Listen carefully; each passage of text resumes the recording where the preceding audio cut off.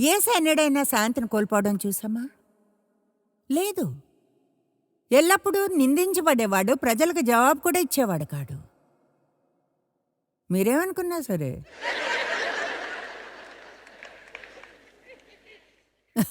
మనం ఎప్పుడూ రైటేనని నిరూపించుకోవడానికి ఎందుకు ట్రై చేయాలనుకుంటాం? చూడండి, రైట్ అవడం అనేది ఎక్కువ ఓవర్ రేటెడ్.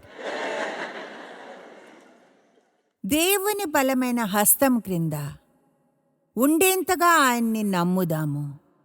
తగ్గ సమయంలో మనలను హెచ్చించులాగున దానికి కావలసినది కొన్నిసార్లు నోరు మూసుకుని ఉండడమే.